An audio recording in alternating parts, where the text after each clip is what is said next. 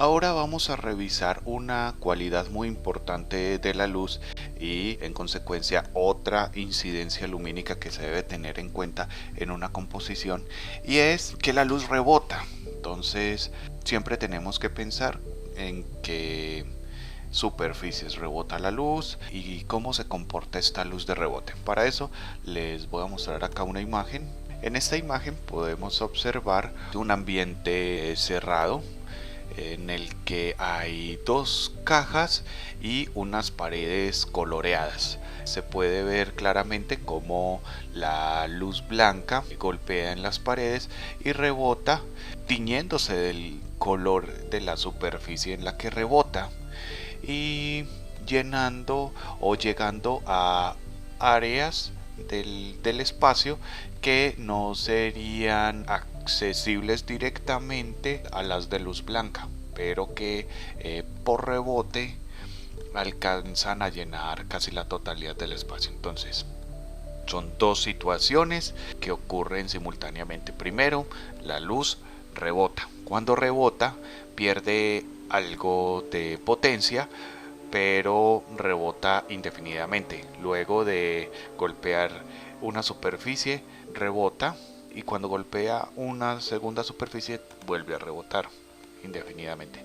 Lo segundo, que también hay que tener en cuenta, cuando rebota se colorea del color de la superficie en el que rebota y pierde algo de intensidad porque solo refleja las frecuencias de onda correspondientes a ese color. Entonces si una luz blanca rebota sobre una superficie roja, solo va a reflejar parte de todo su rango de frecuencias, que serían las frecuencias del rojo, y luego esa luz puede llenar un área donde la luz blanca no llega y verse ligeramente iluminado de rojo en esa parte. Obviamente esto también tiene unos rangos de cancelación. Por ejemplo, si una luz de rebote rojo golpea un objeto azul, puede verse algo de luz roja en el objeto azul, pero como esta luz roja no tiene rangos de frecuencia del azul, ya no rebotaría más, sino que simple y sencillamente se alcanzaría a percibir en la penumbra del objeto azul, pero ya no habría un segundo rebote, porque este haz de luz rojo no tiene ondas azules dentro de su espectro. Pero si el objeto fuera rojo o blanco, podría dar un segundo rebote de la luz con algo de potencia disminuida, pero eso ya habría que estudiarlo de una manera muy delicada y precisa. Vamos a empezar con un pequeño ejemplo. La luz rebota y vamos a tratar de revisar cómo es eso ya en la práctica ilustrativa. Acá tenemos nuestra composición inicial de la esfera. Teníamos que la luz tiene una dirección, ¿sí? Y cuando el haz de luz blanco llega acá, o también un poco del azul, cuando el haz de luz, los haces de luz llegan a esta superficie, se tiñen de este color exacto, pierden algo de potencia dependiendo de sus rangos de color, de lo que rebotan y demás, y se esparcen, ¿sí? También al refractarse de una manera tan radial, también pierde algo de potencia. Entonces llega la luz, rebota y tiñe esta parte del objeto. La luz que da en el objeto, la parte directa principalmente, también rebota, y si hubieran objetos cercanos se verían permeados por esa luz de rebote del objeto, aunque en esta composición inicial no hay un objeto cercano que pueda recibir algo de la luz de rebote del objeto. Lo que sí podemos analizar con claridad es cómo la luz que rebota en la superficie permea el objeto, ¿sí? Entonces revisemos eso, ¿sí? Está el objeto, está la superficie, la luz golpea el objeto y la superficie, la luz del objeto no tiene, la luz que rebota en el objeto no tiene un ángulo a donde afectar, pero la de la superficie sí puede afectar bastante este objeto, y vamos a tratar de ilustrar eso manteniendo encendida la capa del skylight, porque también el skylight y los colores de este azul afectan esta luz de rebote. El término en inglés sería bounce light. La mayoría de los documentos de ilustración se encuentran en inglés, entonces también es recomendable reconocer cuál sería su nombre. Entonces hago una nueva capa y selecciono el área de la esfera. Luego busco un pincel suave con dureza baja, y con este pincel voy a empezar a hacer la luz de rebote. Cuando hicimos el skylight usamos una base de color negro y luego pintamos la luz. Funciona bien para el modo de fusión del skylight, cómo se comporta esa luz, pero no va a funcionar igual de bien para la luz de rebote. Para la luz de rebote necesitamos pintar únicamente la luz que rebota, y vamos a utilizar un modo de fusión completamente diferente que se llama aclarar. Listo, entonces ponemos la capa de la luz de rebote en aclarar y empezamos a seleccionar los colores que podrían ir rebotando en las diferentes áreas. Estos colores de acá podrían afectar esta área, principalmente de la esfera, y estos, que son de un verde un poco diferente, afectarían esta área de la esfera.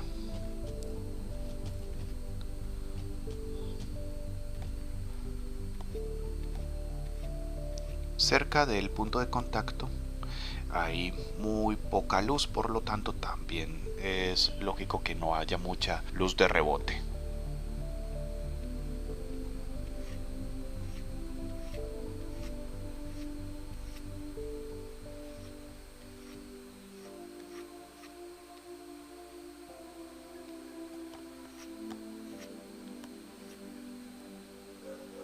Voy a borrar para suavizar un poco.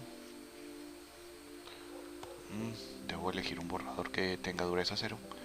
Listo. Y trato de no exagerarme mucho en la luz de rebote. Voy a reducir un poco el rango de por acá. Cerca del punto de contacto no debería rebotar tanta luz, y puliré un poco mejor.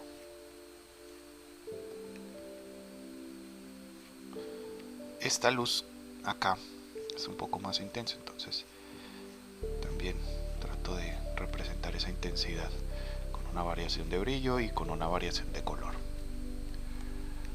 Hay que hacer esto y cada paso con paciencia para poder ser críticos en lo que estamos haciendo, tratar de imaginar cómo se comporta la luz, no solamente seguir pasos a ciegas.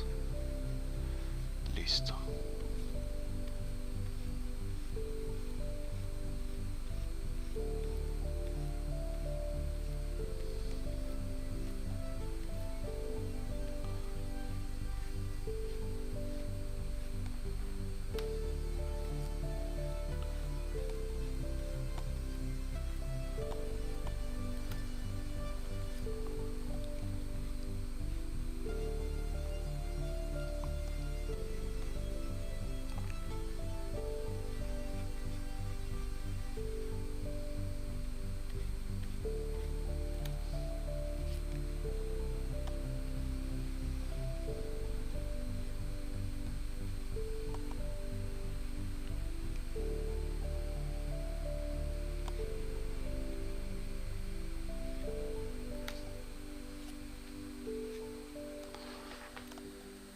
Yo diría que más o menos así estaría bien.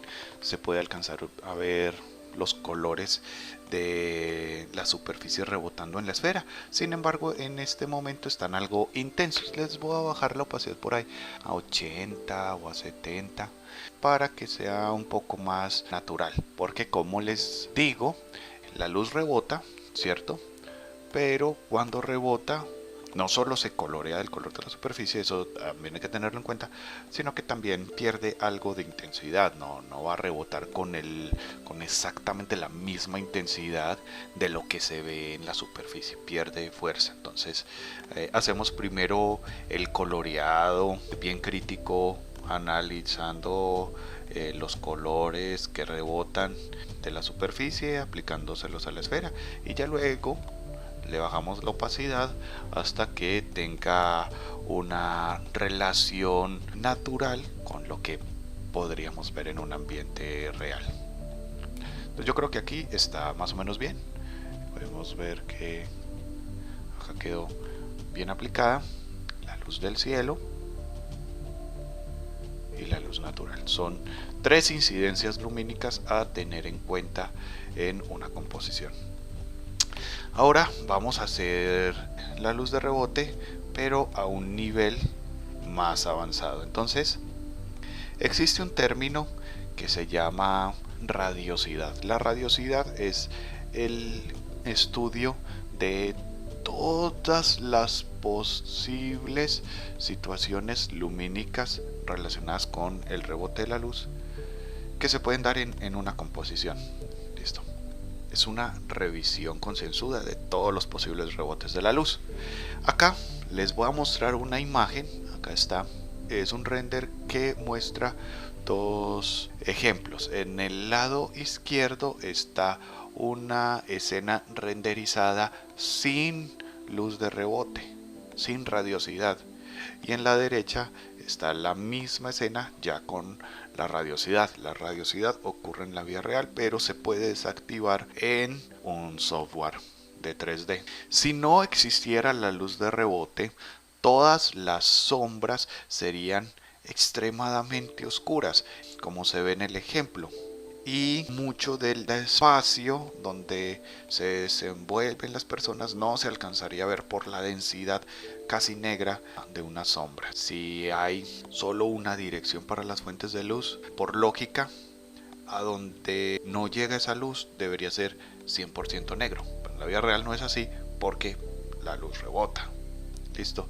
Y es por eso que no hay manchas negras de sombra por todas partes. En la vida real, la luz rebota, se colorea, vuelve a rebotar y así sucesivamente. Entonces, como se ve en el ejemplo de la derecha, el techo de este espacio puede verse gracias a que la luz blanca rebota en el piso blanco, pero también se puede ver cómo las sombras se permean por el rojo de la pared, también parte del techo se permea por el rojo de la pared y demás. Listo, este comportamiento complejo del rebote de la luz es fundamental en el estudio de la representación, en la ilustración realista. Entonces hay que tenerlo en cuenta. Como les dije, vamos a tratar de hacer un pequeño ejercicio de estos estudios de rebote complejos con este ejercicio que teníamos por acá. Listo, entonces para hacerlo aún más interesante voy a colorear el cubo. Entonces voy a la capa del cubo, hago una nueva capa sobre el cubo, selecciono el área del cubo y lo voy a pintar con un color rojo.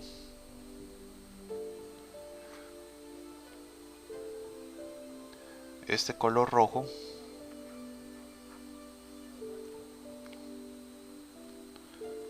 acá se ve algo azuloso por el skylight porque no le he puesto un modo de fusión. Este es solo un color rojo, ahí todavía no tiene ningún volumen. Si desactivo el skylight se ve que está completamente plano. Le voy a dar un modo de color de luz de superponer. Listo. Entonces el modo de fusión superponer permite ver los volúmenes que ya estaban determinados por este gris, y al aplicarle color encima pues la figura se convierte en una figura de color. le aplico el skylight y ahora tenemos esto. Ahora con todas estas figuras voy a empezar a revisar cómo podrían darse los rebotes de la luz en toda la composición. Voy a hacer esto en una única capa y esta capa va a estar en modo aclarar, y para poder pintar y diferenciar las zonas tengo que hacer un uso adecuado y muy consciente y estar muy concentrado de qué selecciono de las capas que están abajo. Entonces, por ejemplo, voy a empezar con la esfera. Entonces debo hacer una selección de la esfera. El comando es control clic en esta ventanita acá, que es la ventanita de la esfera, y aquí le voy a empezar a aplicar los colores que rebotarían de la superficie. Solo debo utilizar pincel y borrador, no le voy a hacer el fondeado negro como ocurrió con el skylight. Este tipo de luz se comporta un poco diferente y se representa de una manera un poco diferente. Entonces, cerca de la sombra el azul que le rebota es más oscuro.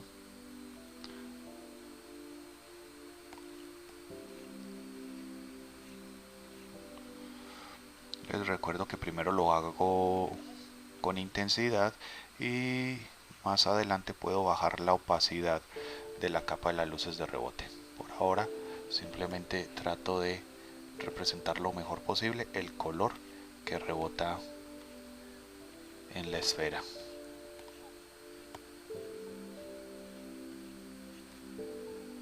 Como pueden ver, acá rebota un azul distinto acá porque esta parte de acá tiene un coloreado más intenso.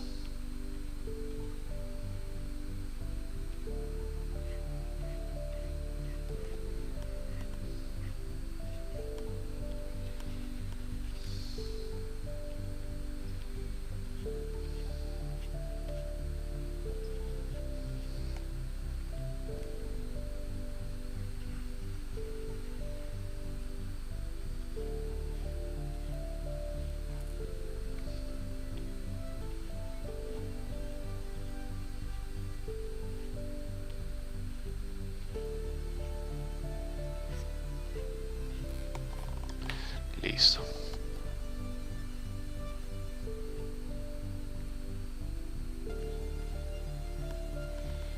Ahí están las luces de rebote, un poco, como les digo, al principio se ven un poco exageradas, pero ya luego les bajamos la opacidad.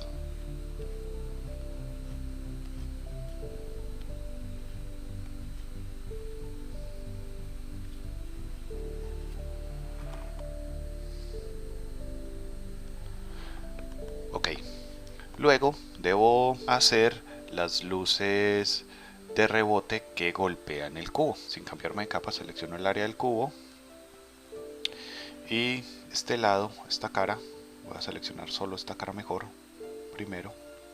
Entonces voy a deseleccionar con lazo poligonal el resto. Acá cerca de la cara va a rebotar un poco de la luz de la superficie. Entonces solo bajo esta condición es posible que una cara plana tenga algo de degradado, porque la luz de rebote es muy difusa y afecta a los objetos más cercanos y a los distantes no los afecta tanto. Entonces solo bajo estas condiciones, no bajo la luz natural ni la luz del cielo, solo bajo estas condiciones podría empezar a verse en ligeros degradados en superficies planas, pero es por un tipo de condición lumínica muy específico. Luego voy a seleccionar la otra cara, selecciono la figura, deselecciono las dos caras que no va a necesitar y voy a seleccionar este color que rebota un poco por acá, y este podría rebotar un poco solo en esta esquina. Listo. Ahora vuelvo a la esfera. Parte del color del cubo puede llegar también a la esfera, no solo el de la superficie, sino que la luz blanca que rebota en el cubo también va a permear esta área.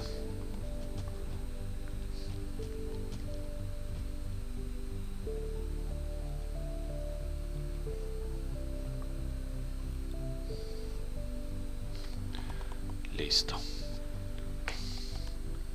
Luego voy a ver cómo rebota la luz del cubo en la superficie. Entonces selecciono la superficie, deselecciono las figuras básicas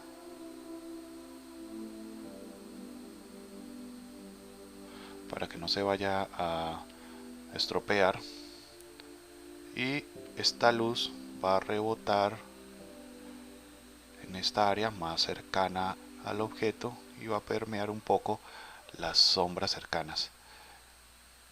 No me está quedando muy pulido, entonces voy a utilizar un pincel que se adapte un poco mejor a esta superficie. Si la superficie está ligeramente achatada, voy a achatar un poco el pincel.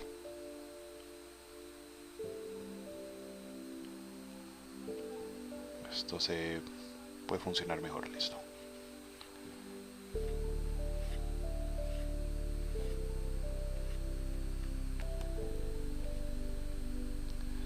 Insisto, están siendo muy aplicadas con mucha intensidad, pero ya más adelante les bajaremos la opacidad. Entonces el rojo que rebota en el cubo permea el espacio cercano a él, y eso incluye parte de la sombra proyectada de la esfera. Del otro lado del cubo también rebota un poco de luz, pero como esta es más oscura, pues va a ser un poco menos visible. Entonces sería más o menos de esta manera. Ahora vamos a revisar la luz que rebota en el cilindro. Selecciono el cilindro y reviso qué luz le cae. Le cae un poco de la luz de la superficie por este lado, un poco así escaladito, un poco de luz de este color de la sombra por este lado,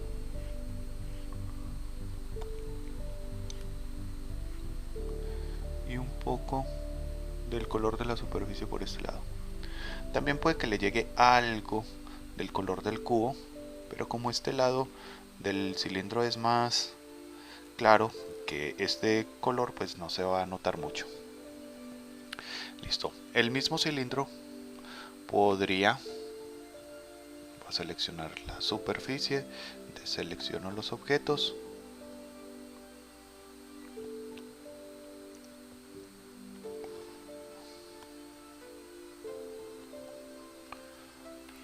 el mismo cilindro va a afectar el espacio cercano, aunque sea un gris.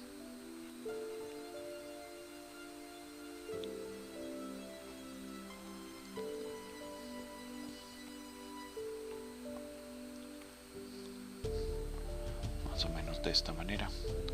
Igual que la misma esfera, y la luz que le rebotó puede afectar un poco su propio espacio, y el cubo y la luz que le rebotó puede afectar un poco su espacio, y así. Entonces acá tenemos algunos de los rebotes principales de luz en una escala de intensidad muy grande. Esta opacidad la debo reducir hasta que sea un poco más natural. Creo que por acá estaría bien. Acá se logra ver los colores que rebotan entre la superficie y los objetos, y entre ellos están representados. Y si lo apago, pues se ve que hay una gran diferencia, que se ve mucho menos realista esto, porque tiene unas sombras y unos colores demasiado densos, poco naturales. Acá, aunque sea algo sutil, le suma más realismo a la composición. Incluso puede ser un poco más vistoso. Creo que aquí estaría bien, un poquito menos. Por acá estaría bien. Esta ya sería una composición con 3 tipos de incidencia de luz necesarios para una representación realista. Tiene la luz del sol o luz natural, tiene la luz del cielo y tiene la luz de rebote, con un objeto de color que rebota color a su entorno. A continuación vamos a revisar otro fenómeno relacionado con esta representación de la luz. Ahora vamos a revisar otra situación lumínica en este objeto que ya tenemos por acá y en el que hemos aplicado todas las demás incidencias lumínicas. Voy a hacer una capa adicional para explicar esto. Listo. Tenemos que los objetos a una escala pequeña pueden tener superficies lisas o rugosas. Listo. Y en las superficies lisas los haces de luz chocan y se reflejan con un ángulo muy parecido a el ángulo en el que inciden en el objeto, y esto genera que se pueda ver en ellos un pequeño reflejo de la fuente de luz que los está afectando, mientras que los objetos con superficies rugosas tienen una interacción bastante diferente. Se refractan en todas las direcciones. Y en estos objetos pues no se vería para nada definida el reflejo de la fuente de luz.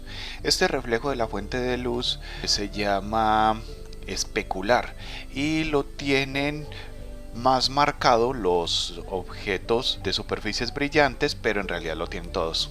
Todos los objetos rebotan un poco de la fuente de luz, y este fenómeno del reflejo de la fuente de luz es independiente del area light, ¿sí? Los objetos tienen un área light bien definida, pero además de eso, dependiendo de su superficie, pueden tener más concentrado o más difuso el reflejo de la fuente de luz. ¿Ok? Entonces, en esta nueva capa voy a hacer un ejemplo de eso. Para que no se vaya a salir de la forma de la esfera, voy a hacer control clic en esta imagen sin pasarme de capa y se hace la selección.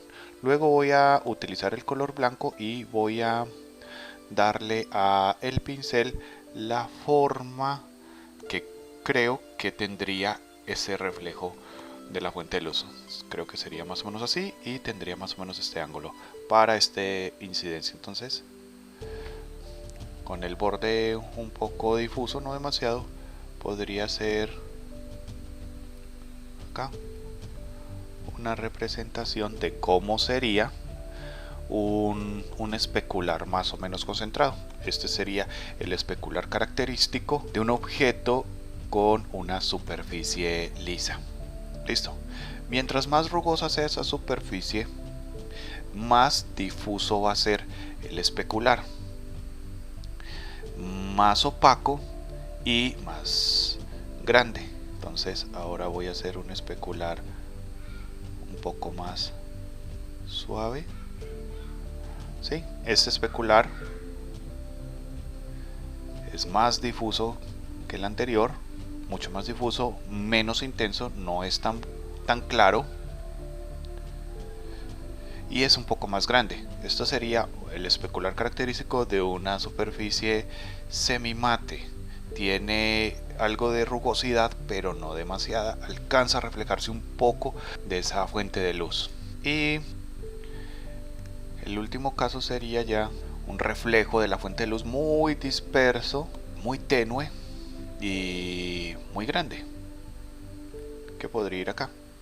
Sin embargo, este último no es parte del BridgeSight, ¿sí? El especular está en los objetos aparte del BridgeSight, ¿ok? Entonces los objetos van a tener un BridgeSight, una zona plenamente afectada por la luz directa, pero además de eso van a tener un pequeño reflejo de la fuente de luz. Esto solamente se da si la luz viene en algún ángulo de adelante hacia atrás del plano.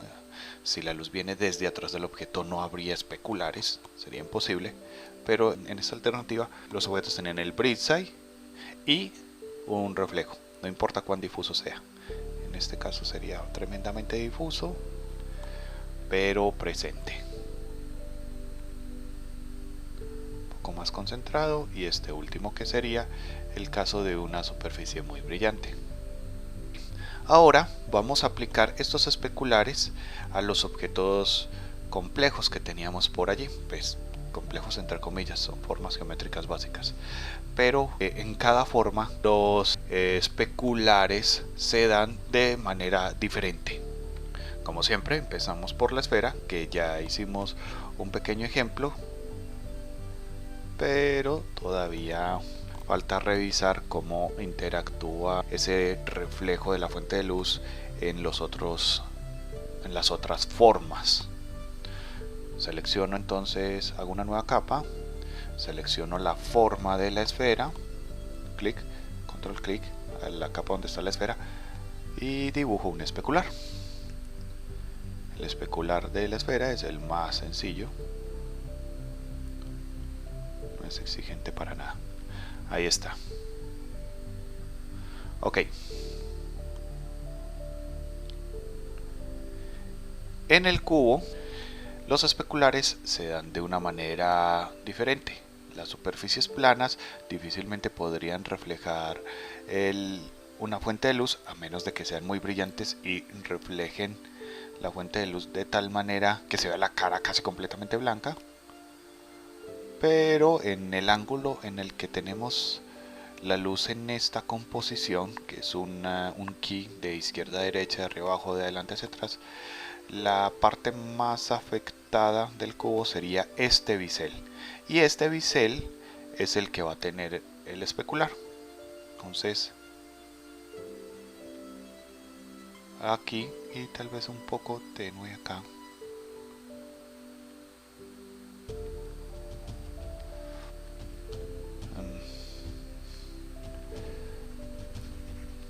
solo un poco.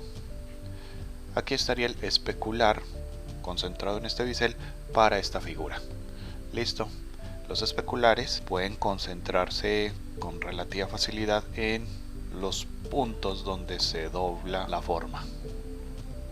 Y ahora revisemos el especular para el cilindro. En el cilindro es interesante porque se ven estos dos tipos de especulares a la misma vez. Va a haber un especular para este lado de la forma y va a haber un especular para el bisel. Entonces primero voy a hacer el de la forma. Tomaré la brocha, le daré una posición vertical y la estrecharé mucho. Debo estar en la capa correcta. Ahora sí. Por acá estaría el especular. Este especular no incluiría la cara superior. Esta cara la tengo que borrar. Hasta acá iría este especular. Pero luego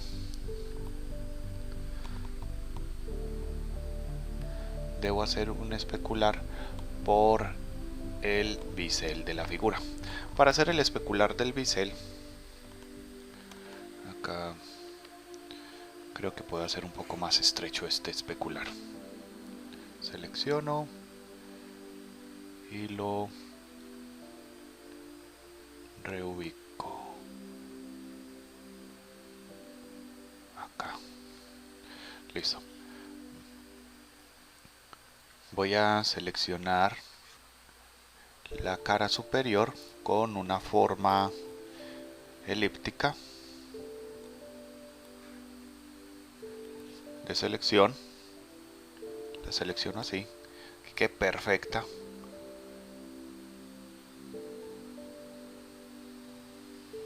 Ahí está bien seleccionada la cara superior. Y luego acá en selección la voy a modificar. Modificar borde, la voy a convertir en un borde de aproximadamente 2 o 3 píxeles. De esa manera queda seleccionado no la cara superior, sino el bisel. Les mostraré. ¿Sí? Se puede ver que es un bisel. Debo subir la selección un poco. De acuerdo. Y una vez que tenga seleccionado el bisel, puedo hacer el especular en el bisel.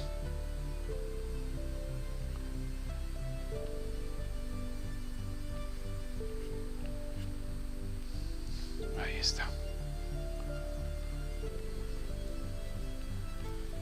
Entonces este cilindro tiene dos especulares, los dos de las formas anteriores en conjunto.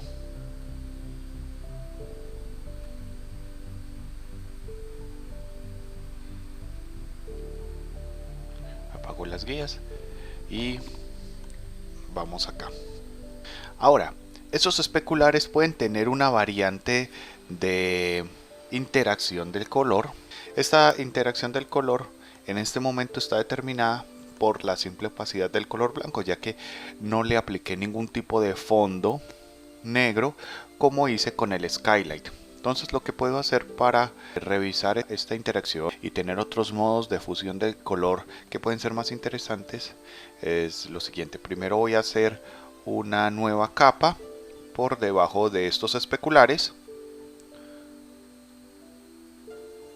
Subo la capa de los especulares, no la he alumbrado. No puedo olvidar ese orden. Aquí hay un montón de cosas sin nombrar, ahorita trabajo en eso.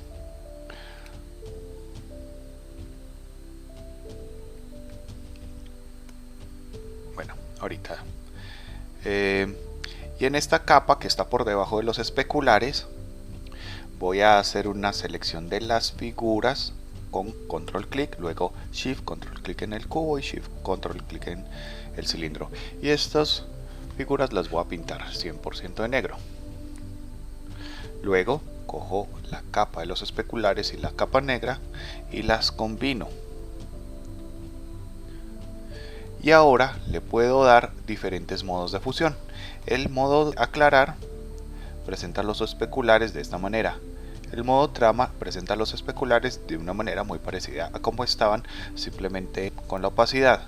Sobreexponer resalta los colores en los especulares. Sobreexposición lineal también los resalta de una manera un poco diferente. Y este color más claro los resalta muy poco. Entonces estas interacciones con la luz pueden ofrecer una cierta riqueza visual en la aplicación del especular.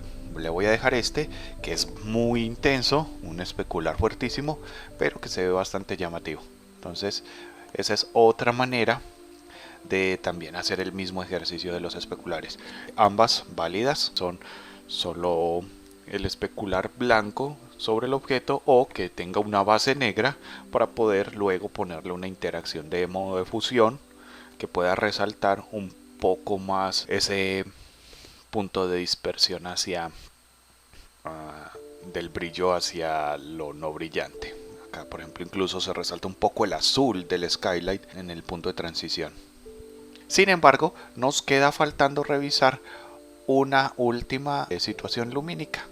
Esta ya no tiene nada que ver con la física, sino que es meramente artística. Es una luz narrativa que se utiliza en la ilustración para separar de una mejor manera la figura del fondo. Algunos ilustradores, como este ilustrador que les voy a mostrar algunos ejemplos acá, que se llama Darken, trabaja este tipo de incidencia lumínica. Es como una luz fuerte que viene desde atrás. Esto se utiliza mucho en estudios de fotografía, precisamente para separar de una mejor manera la figura del fondo, y también en el cine se ve mucho, para que los personajes protagónicos se silueten o se recorten mejor del fondo. Y ahora el nuevo tipo de incidencia de luz. Hago una nueva capa, lleno esto de negro o de un gris, y más bien lo hago al revés, primero el gris y luego el negro. Entonces voy a elegir un pincel muy grande con una dureza casi de 100 pero no completamente, y ahora sí aplico el negro, dejando solo un borde gris del objeto. ¿Sí? Y lo cambio a un modo de luz que puede ser sobreexponer color o sobreexposición lineal, y me genera esta iluminación falsa que vendría desde atrás de la escena y que afectaría solamente los elementos protagónicos en la composición, ¿sí? Como les digo, esta luz ya no responde a situaciones lumínicas físicas, ya no es tan realista, es un poco más narrativa, es más con una intención artística que solo con la responsabilidad de representar la realidad, pero que es muy útil en la composición ilustrativa en general. Entonces habría también que tenerla en cuenta. No se la voy a aplicar a las otras formas geométricas, con esto es suficiente. Más bien, el próximo ejercicio, que será una ilustración ya figurativa, no simples formas geométricas, en este ejercicio trabajaremos todas estas luces y podremos revisar mucho más a fondo esta luz que llamamos en español luz de pelo, en inglés backlight, luz posterior. Eso es todo por ahora. Espero que les sea de provecho y practiquen mucho. Les recuerdo que tienen que hacer cada uno de los ejercicios que les acabo de exponer.